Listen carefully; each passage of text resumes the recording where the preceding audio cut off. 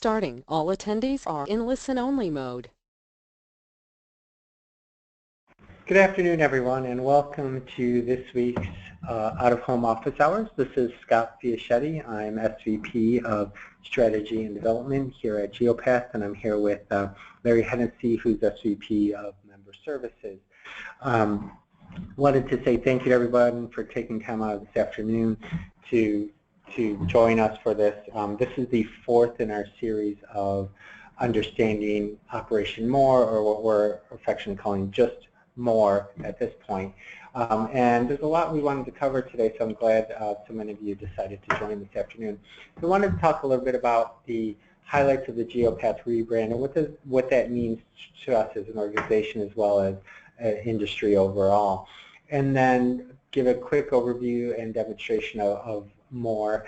And I also wanted to point out that if this is definitely going to be a high-level overview of it, but if you're interested in getting a more detailed presentation of it afterwards, please feel free to reach out to Larry Hennessy. He'd be happy to schedule a one-on-one session with you to give you more detail as well. And then also wanted to cover some use case examples that shows the power and the way we start using more with the level of data and the level of granularity that's going to be available with it. So we've talked about how to leverage peak audience delivery as well as how to target some local audiences examples. And also before we do get into it, I know sometimes in a webinar it's difficult to ask questions, so feel free to use the questions module in the GoToWebinar toolbar. I'll make sure I stop periodically throughout the webinar to make sure we're answering anybody's questions, so they're more in the moment of when they're asked. But without further ado, I'm going to jump into the presentation. And as I said, I wanted to talk a little bit more about Geopath and the rebrand and what that means to us as an organization and an industry. And the name Geopath is not just a name change for us. Yes, it is to signify a more modern tech-focused organization, but it is more of a strategic shift for us as an organization, as an industry, that gives a nod towards that granularity of data available. And I always like to use our positioning statement as the example. So, in the first part of it, it talks about, we want to be the industry standard that powers a smarter out-of-home marketplace through state-of-the-art audience location, measurement, and insights. And that's really what more is all about, right? It is really about a strategic shift in not just measuring impressions, but understanding and measuring audience location and layering in impressions over that. So it is a strategic shift for us as an organization as well as us for industry, and we think a very meaningful one. And you'll see as we start to look at operation, as we start to look at more, and I'll show you the proof of concept tools that we developed, you'll hopefully start to see what we mean by that state-of-the-art audience location measurement and what it means. But before I do that, I want to take you through a few quick parts of our website, just to show you some of the other ways that we've changed as an organization. And I also do want to take this time to say, please, we want you to think of us as an extension of your team. So some of the tools on this website are examples of that. We want to be making sure we're giving to our members data points that they need, information that they need, as well as access to us as much as they need. So please think of us as an extension of your team. So really quickly, I'm going to jump to the homepage of our website and show you a few quick things on it. So this is the homepage, as I said. Here's a quick overview video of more what it means to us. But also I want to point out that we have our blog section here right on our homepage. It's very important to us to be putting out thought leadership pieces, and this is where the first place you can find them. So just recently, the other day, I posted this blog on finding your local audience with more, which really talks about, and I encourage everybody to go in and give it a read, but it talks about how small businesses are really starting to leverage digital advertising, especially Facebook ads, more than you would think, and how the comfort level and level of targeting that they're getting from that, and how that's setting a bar that we will need to meet with out of home, and with Operation More that we will be able to do that in the future. So definitely encourage everybody to check in here on all of our blogs.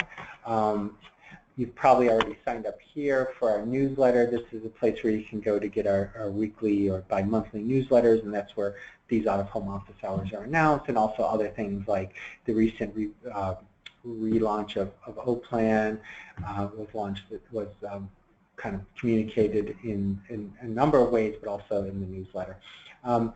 We also get a lot of questions from our members at times about, hey, do you have a good out-of-home stat that I could use for a pitch or for a a deck or an RFP? And this is a place here on the homepage where you can start to find some of that information. We're going to keep refreshing this and keeping it relevant, but I do want to point it out. But as I said, I also want to point out our Geek Out library area. So this Geek Out section has our library, which I'll talk about in a second. It also shows how we conduct our research, as well as the postings of our out-of-home office hours like this one. So you'll be able to see all of that as well.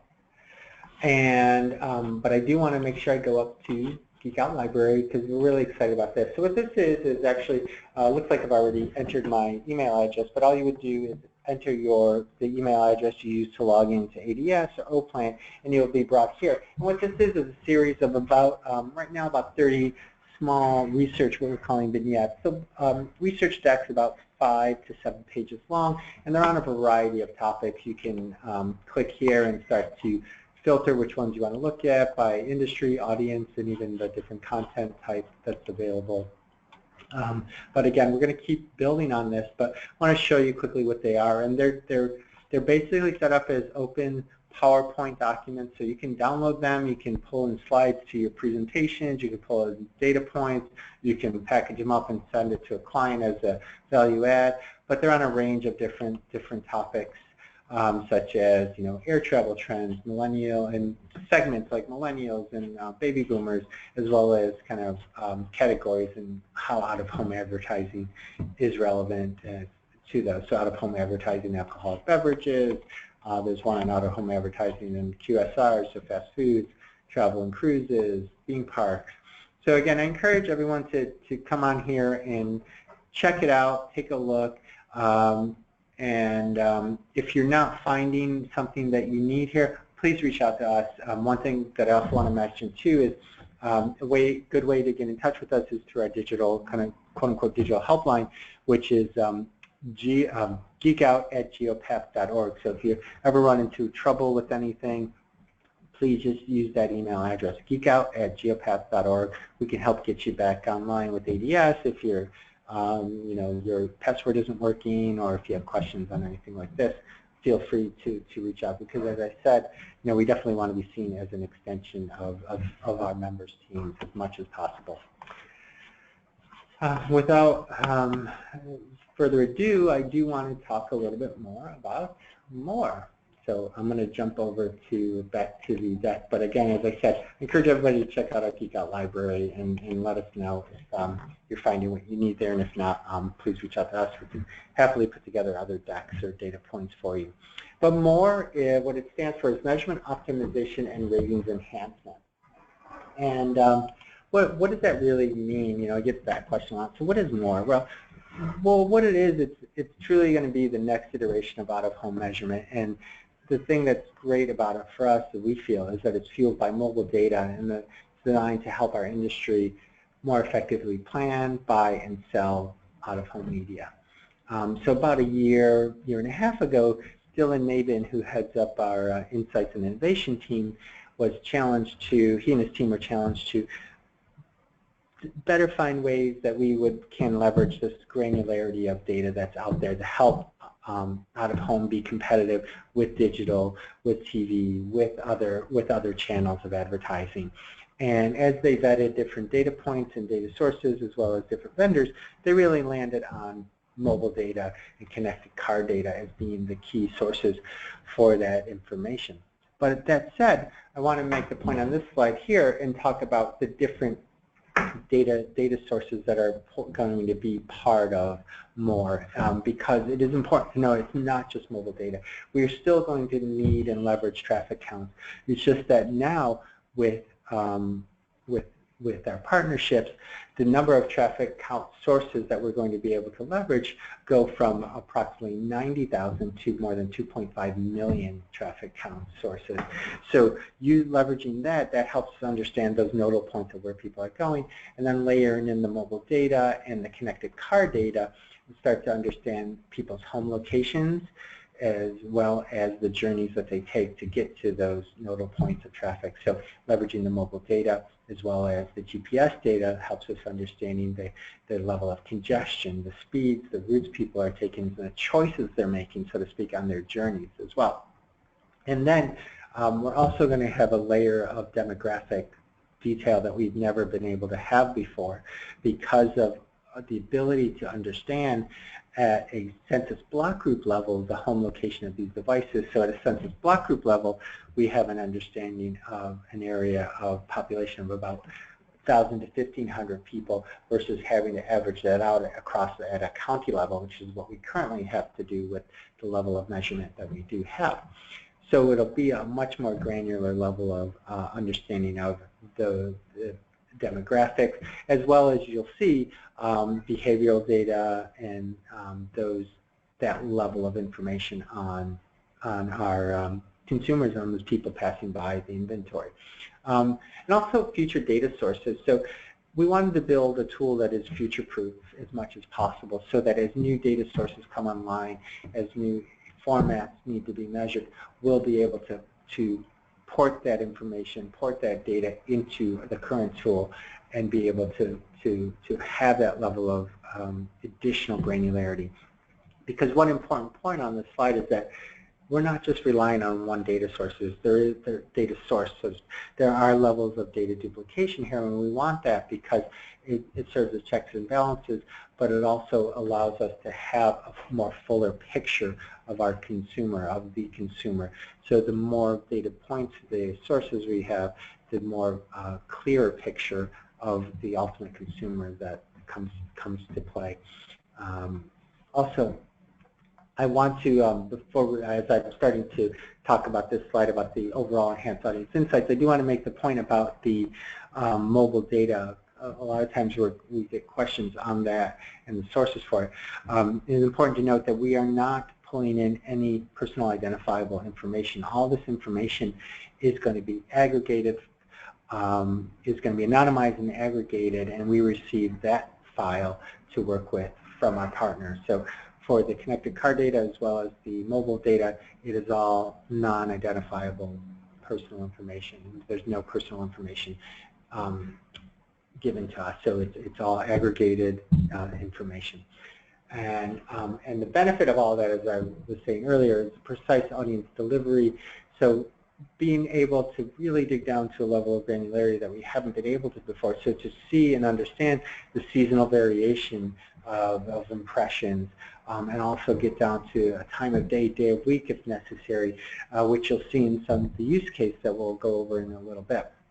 But all that really allows us to have a greater sense of historical delivery, and through that a better and greater capability of predictive capabilities for all of our RFPs and proposals, et cetera. So having that greater sense of actual delivery allows us to be more precise in our predictive capabilities. And then also detailed audience profiles. I'm always excited to talk about this this area because I think it's going to be really exciting to understand the level of demographics, and as I mentioned earlier, we're even going to be able to have some behavioral segmentation information on the consumers, so on the consumers that each piece of inventory is delivering. Because if you think about it, each piece of inventory really has its own personality, its own profile of audience that it's delivering, and we're better able to understand that now than we have before. And even understanding trip purpose. So there's somewhere around 1.1 billion trips taken in this country every day, which is something I mentioned in my blog, if you want to check that out to get that stat. But 45% of those trips have a purchase intent associated with them as well. So now, because of this level of information, understanding people's home location and their work locations, we start to have a level of understanding of trip purpose, trip intent, so we can start to extrapolate out and understand potentially, was this a trip for a purchase, was it a trip for quote-unquote education, meaning did they drop their kids off at school, is it a trip to work, is it a trip back home? So we'll start to be able to have a clearer picture of that. And then we will have greater nationwide coverage of all roadside inventory, of all public transit and fleet vehicles as well, but also any new formats that come online in environments. So thinking about currently we don't measure airports and we don't measure malls. As the data becomes more precise for those and we feel comfortable and our members want us to, we can start to port that into the system and start measuring new formats and new environments and just other places and formats that haven't even been kind of evolved yet. So we wanted to have something that is flexible and future-proof, and that leads to the next column of flexible web services. You know, we know a lot of our members have their own individual, you know, first-party buying and selling platforms that they developed, or they are working with a third-party provider. We want something that can port into those systems. So we are working with those types of providers and you know, making sure that our tool will be able to work with those two, so there's not a third or a fourth tool that you have to work with and do that. And also, you'll see there's some level of behavioral data here, but again, we also know some of our members have their own first-party data that they like to use, whether it's for segmentation or whatever. There is the capabilities to port that into this system as well. So I know I said a lot of stuff. I want to pause a second to make sure and see if there's any questions here. It looks like there is one. Okay, so it looks like there's somebody having trouble with logging into the Geek Out library. So thank you for that question. I can see who posted it. So it looks like you're probably having trouble with your ADS login needs to be reset. So I can make sure that that happens for you. But thank you for the question.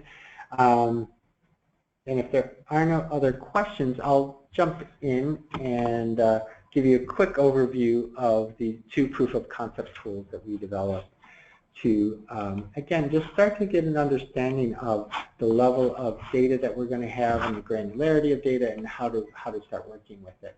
So this is the first proof of concept tool, and it's built around packages, a set of packages that we put together.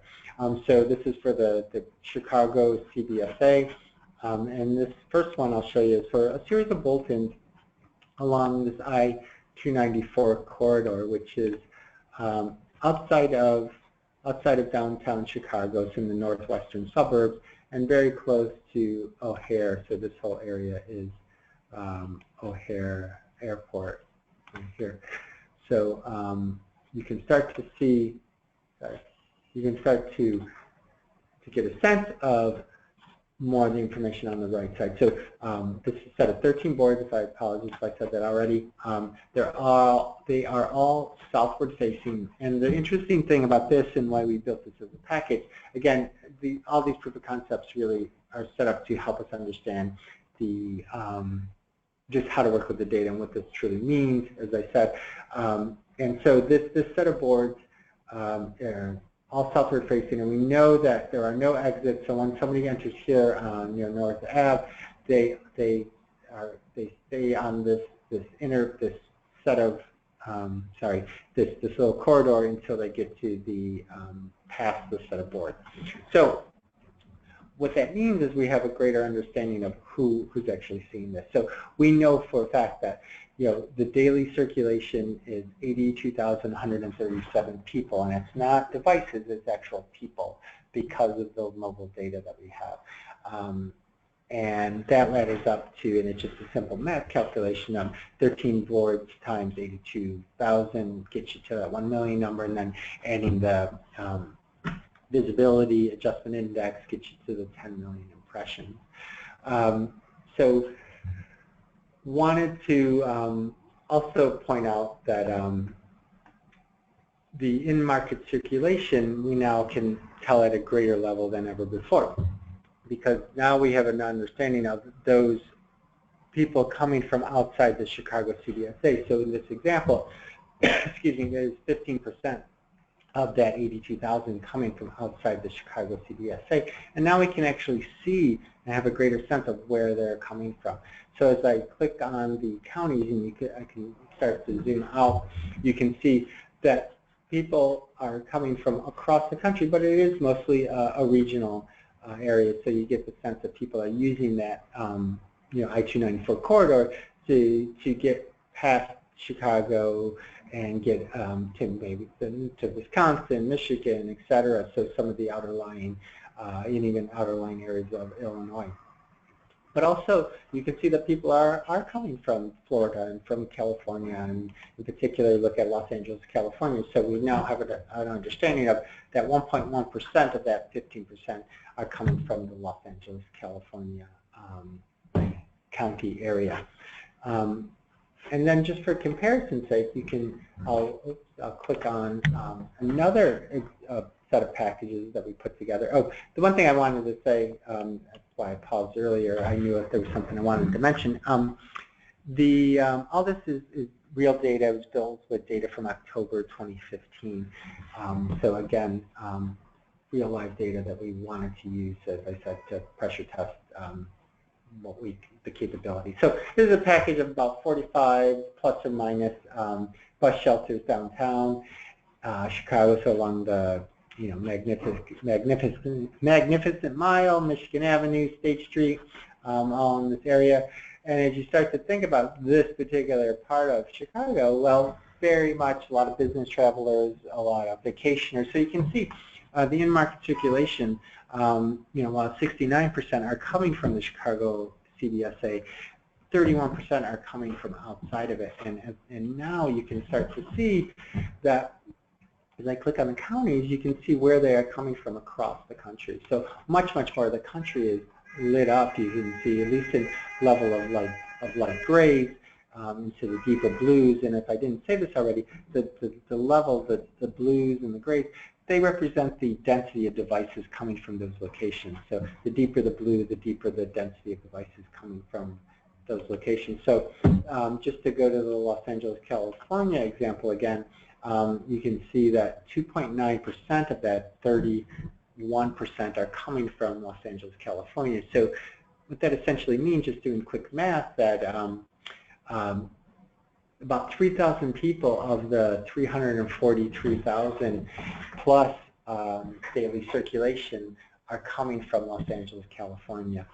And just to go back to the level of units, you can see again, I just want to point this part out as well, that you can see that of this 45 plus or minus, as I said, units, it is needing a greater reach. So about 343,000 daily unique circulation, which ultimately delivering the 10 million impressions, so similar to the I-294. So again, given the size and the type of inventory, needing a greater reach to achieve the same level of impressions as well.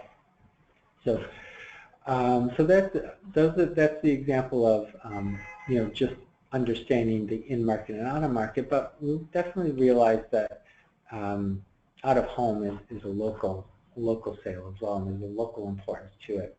And you can see here how the looking at the home locations of devices in the greater Chicago area for the bus shelters downtown, you can see how it's heavily populated around the downtown Chicago area and upward towards Arlington and out towards the other suburbs. And for comparison's sake, looking at that I-294 example again, like you would expect, heavily clustered around where that corridor is, but also in the further reaching of northern and western suburbs of Chicago area, with very little population coming from the downtown Chicago area.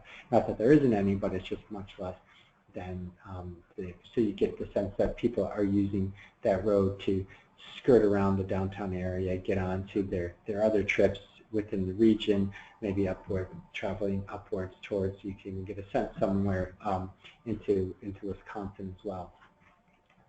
So that is the first proof of concept tool that we put together. And again, I'll pause to see if there's any questions. And if not, I will jump to the second proof of concept tool that we have. So this is, you'll see as this starts to load in, this is one was built, again, with real data from October 2015. You can see this is more of the inventory with plants as well as media types. You can see it's all populated on the right side as well. And I'll pick a few different things. I'll pick bulletins, digital bulletins, a couple different groups, companies, so Lamar. I'll try outselling, Illinois Convenience. And you can see how on the right side it is filtering as well. And once you get set, you can start to zoom in and understand more at a local level what's going on and start to kind of build and understand your different pieces of inventory that you want to look at. So, you know, I'll click on a few pieces to show you. So this happens to be a Lamar piece that I clicked on. So, and you can see some of the different familiar points of information that you're probably used to seeing. So southwest-facing panel, kind of the west side of the street, TABID, and then your weekly rating, so your market population, as well as impressions, GRPs, reach, frequency. And what's down here is the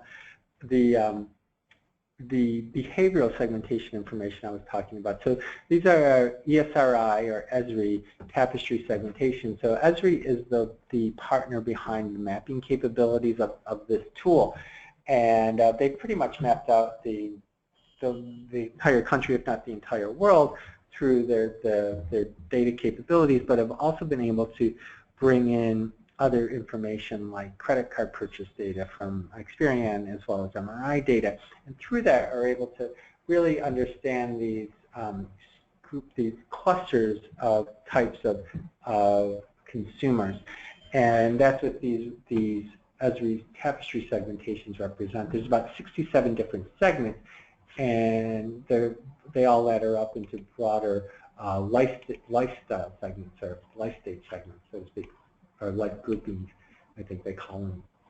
But as you can see, as I'm clicking on different pieces of inventory, you can see each one has its own unique personality or profile, so to speak, of audiences that it's delivering. So I'm clicking on this outselling example, and I'll click on that one, and you can see savvy suburbanites. So you start to get a sense now, once I clicked on it, you can see that these different polygons throughout the area, what they represent are different neighborhoods that where this savvy suburbanite is the predominant population, it's the predominant segment. It's not that they don't live in other places, it's just that in those neighborhoods, they're the prevailing segment. You can also see that the different pieces of inventory have turned orange, and so those are pieces of inventory that over-index for that particular segment. So savvy suburbanites, 11% of this piece of inventory's audience, while it's only just under 6% of the market. So this piece of inventory kind of doubles in its indexing of delivering that audience. So who are they? They're married couples, about 44 years old, just under 3 people per household, professional management college degree, typically white, single-family housing, enjoy good food, wine, etc., shop, bank online. So if you want to find out more information on them, you can click here and get a little bit more detail on them. And this is going to be in the base level of the tool, so everybody will have access to this level of information and this level of data. So median household income, 104,000, so fairly high level of household income, so fairly affluent segment. And you could start to see that in how they're spending their money, as well as the different types of jobs they have, clustered by earnings. So big cluster of management that between 80 to 100,000, as well as sales and related, and office support. But also on this left side, you see how they're indexing with how they budget their income. So pretty much over-indexing for across the board, but really spending a lot of money, spending a lot of their budget on education as well as retirement and entertainment and recreation as well. And then as you scroll down, you can get a little bit more anecdotal information on them. You know, there's extensive use of housekeeping and personal care services. They're foodies. They like to cook, prefer natural and organic products. They're not afraid of debt. Many households carry first and second mortgages.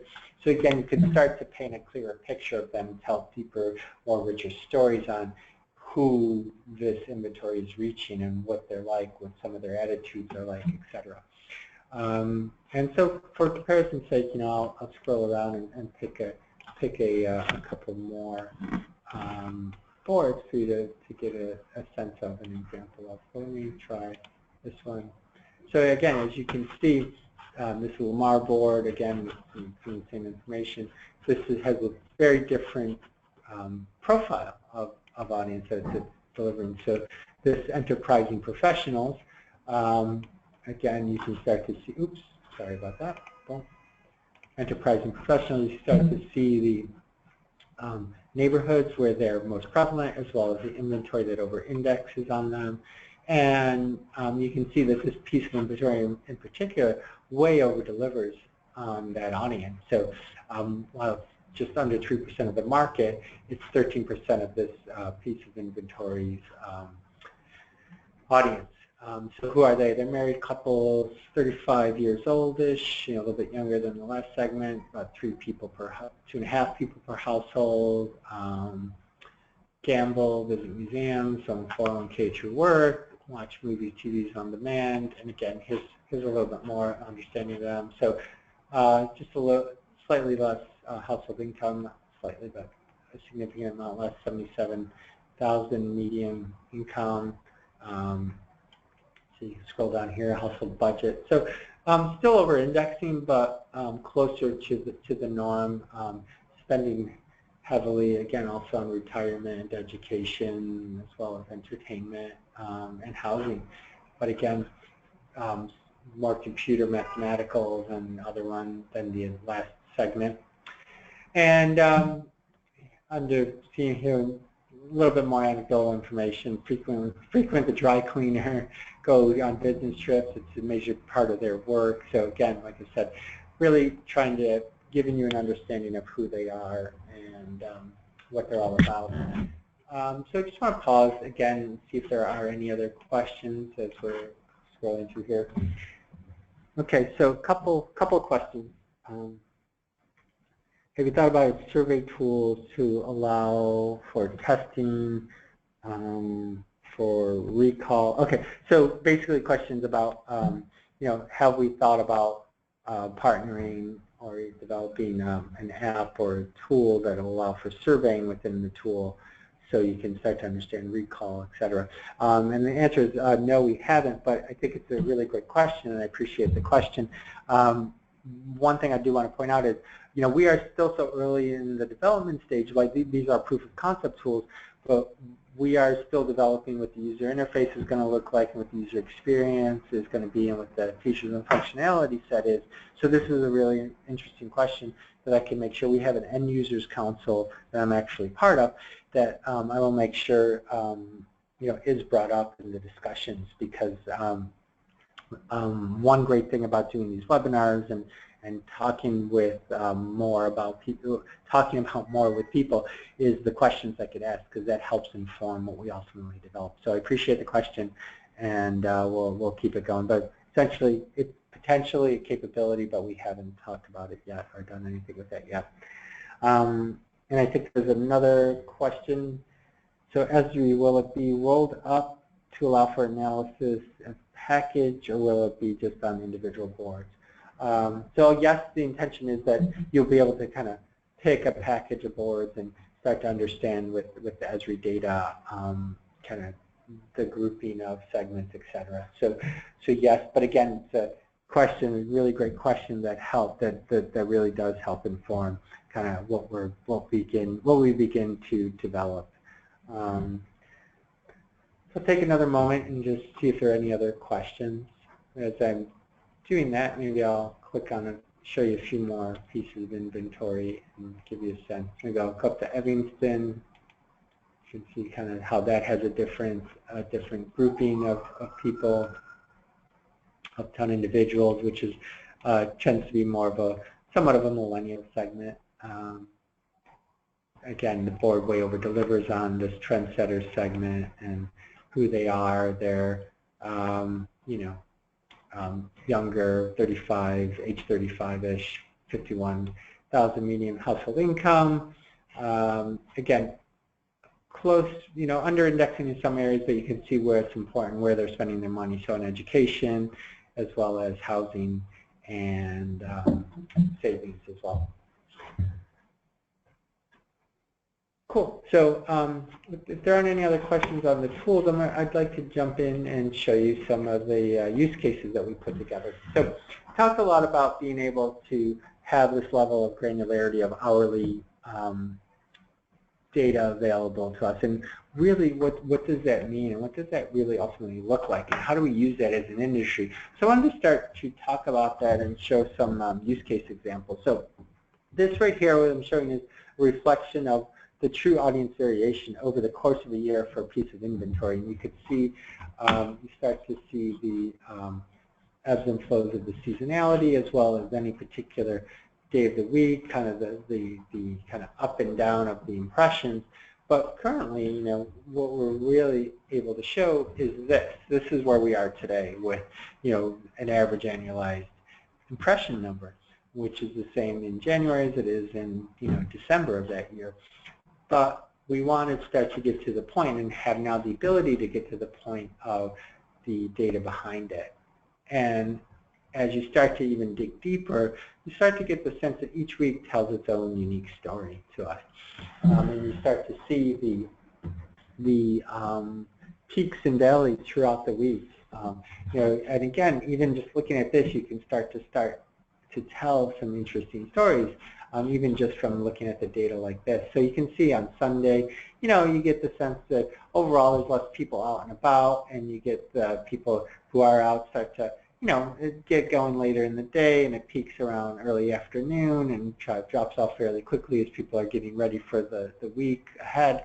And then once you hit the week, you start to see that familiar kind of trough of morning rush, evening rush, but then that builds up throughout the week till you hit Friday, and you can imagine a lot more people out and about wanting to, get out of town, get their weekend started early, so you see that really heavy peak in the early afternoon hours on Friday, and then it quickly drops off, and you see Saturday, again, more people out, but it has that kind of similarity to the Sunday pattern of people getting going a little bit later in the day and maybe staying out a little bit later on the weekend as well. And you can even see that there's different patterns of audience flow. So on the left side, a weekday average. So for this piece of inventory has a particular kind of weekday pattern and then a different weekend pattern. And again, you start to understand and use that and really get the sense that each location has its unique audience profile, or its own, like I've been saying on the call, its own personality, so to speak. And for every day of the week and every hour of the day, and now that we know this as an industry and have a level of access to that data, we can now use that to make more informed decisions. So kind of that unique audience profile allows us to hopefully make more informed decisions and recommendations. And so what does that really mean? So I want to take you through a bit of a quote-unquote, as I said, real-life example. So this is Butcher and the Burger, and it's a place that really exists in Chicago. It's on 1021 West Armitage Ave, and it's a trendy burger joint that doubles as a butcher shop. Some interesting stuff on the menu, nominally priced main courses, about $10 plus or minus. And its target is, that millennial target, so single, well-educated, hyper-digital, digitally focused, using mobile phones extensively, iPads, laptops, etc., spending heavily on housing, food, and education as well. So let's say, Burger and the Butcher have some new menu items, and they kind of redone their dinner menu, and want to get the word out, want to make sure everybody understanding that. And looking at these two different locations by impressions, either one, right, seems pretty good for what they're trying to do. It's has that familiar weekday pattern that we just saw, and delivering quite a few impressions within the given day. So very similar, probably almost exact looking, but I think the one on the right maybe has a few less. But when you start to layer in and understand that their target, and when the target is most likely to be seeing those boards or seeing those pieces of inventory, you get the sense of which piece is better at delivering that particular audience, or more efficient at delivering that audience in the period of time when they're starting to make those decisions on where to go for dinner, where to go out with friends, so closer to those periods. Not that the location on B isn't one that wouldn't work. It is just, you can still use that, but now we have that level of understanding and education on which one is most efficient at delivering the particular audience. And again, this works for static boards and as well as for digital boards. Again, it could help guide the messaging for the board. So location B might be better for a morning message if it's a particular client that has more of that message versus A. And not that you can put any message across either one. It's just, again, we get a better sense of which one may be more efficient at being delivered at the time that it needs to be delivered. So just pause to see if there's any questions on that. Maybe I'll go back quick and see if there's any questions before I jump into the second use case. Cool. So wanted to talk about the second use case we put together, leveraging local audience targeting.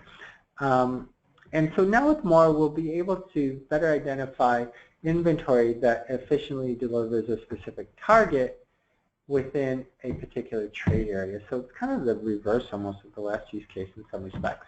So it's about identifying the inventory that delivers that audience within a particular specific trade area. So again, another real live location. So this is Mercedes-Benz of Naperville, Illinois. And a little bit more about them is, it's a pretty competitive landscape for in the luxury car market in that area. There's about 13 plus dealerships within a 30-mile drive time of this area. And with the situation is that there are a lot of them competing for that same potential customer. So, just to step back, here's where that location is on the map of the greater Chicago area. You can start to see the competition. And again, this isn't even loading in like Cadillac, Infiniti, Acura, so it gets even more, would even get more clustered with, brands and logos, and you get even a greater sense of the level of competition in the area. But I don't want to make it too cluttered at this point. And so, typically, when we've been talking with a lot of members, as we've that end users council I mentioned, we conducted a number of one-on-one sessions to really understand how people are using the data currently and what are some features and functionality that they would want. And a lot of people talked about doing this, what you see up here, like having a location and drawing a radius around it to try to understand, its trade area. And this is pretty typical, but and you could see, it kind of helps get a sense of the trade area and the number of households. But people don't travel as the crow flies, so to speak. So with More, we'll be able to have a greater sense through doing the catchment zone of the drive distance of a trade area, which is very different and which is a little more accurate than, as I said, doing the circle, because again, people don't travel can't necessarily travel in straight lines. So you think about a 30-mile driving distance, which this represents, and we know that about at least 1 in 5 people plus drive at least 30 miles for the most recent purchase of a car through some research we found out. So you can get a sense that this is the catchment zone for that, which has a different set of households. So it's actually slightly fewer households than we thought. So it's a hopefully more accurate representation of the market size and the market potential for this particular the location. So as you start to look at this trade area, this drive time trade area, drive distance trade area rather, you start to layer in the potential luxury car owners. So the gray area are those zip codes that over-index for luxury car owners, and the black one is those that way over-index, at a multiple of about 4 to 5 times the average for owners of luxury car drivers, etc. So, and then now that we have this level of information, we can start to look for and identify the inventory that best optimizes those high potential customers within our trade area. So those customers that are likely to, be realistically come and drive to my location within that catchment zone. So here's 2 pieces of inventory, potential inventory that we've identified. So this one looks really great, right? It's right in one of those high potential, next to a bunch of high potential, segments, areas where there's a lot of clusters of luxury car owners. I think it's even, this particular piece is on the Dan Ryan, so a lot of reach, a lot of traffic there, and again, it looks like a great piece compared to this one, which is off in an area that's on a smaller road. I forget the exact name of the road. I think it's like South Mackenzie or something like that. So smaller road, not in a particular, not particularly close to any of those highly indexing areas. But as you start to look at the location that might be best suited for delivering that particular target, you can see the location A, great, right? It delivers a high number of impressions, more than the other one.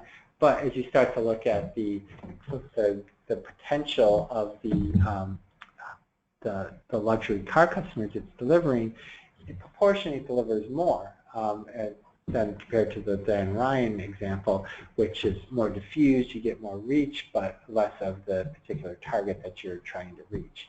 So again, you start to, not that it has to make decisions, not that you wouldn't want to sell both pieces, but you start to get a sense of which piece is more efficient at delivering the target audience in the trade area that you're looking for. And so hopefully what does this do for us? What does more do for you, do for us as an industry?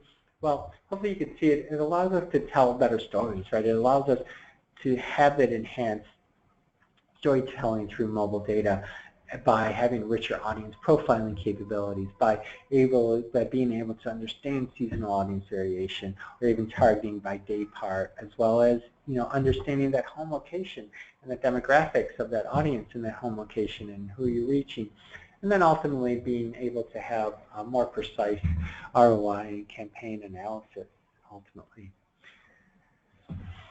So that's really all we wanted to talk about today. Hopefully it was a lot, and I know that's a lot of stuff we covered, but this will be available online, and you can watch it again. And as I said, if you want more detailed or more of a one-on-one session, feel free to reach out to Larry Hennessy. And also, I just recalled, we're conducting another webinar that's a little bit more detailed, not a little bit, but that just focuses on more tomorrow at 3 o'clock if anyone would like to join that as well. So I'll pause again and just make sure there are no other last-minute questions. But as I'm doing that, I do want to say thank you to everybody. Really appreciate everybody's time today and taking the time to listen and hear what we have to say. And as always, feel free to reach out if you have any other questions.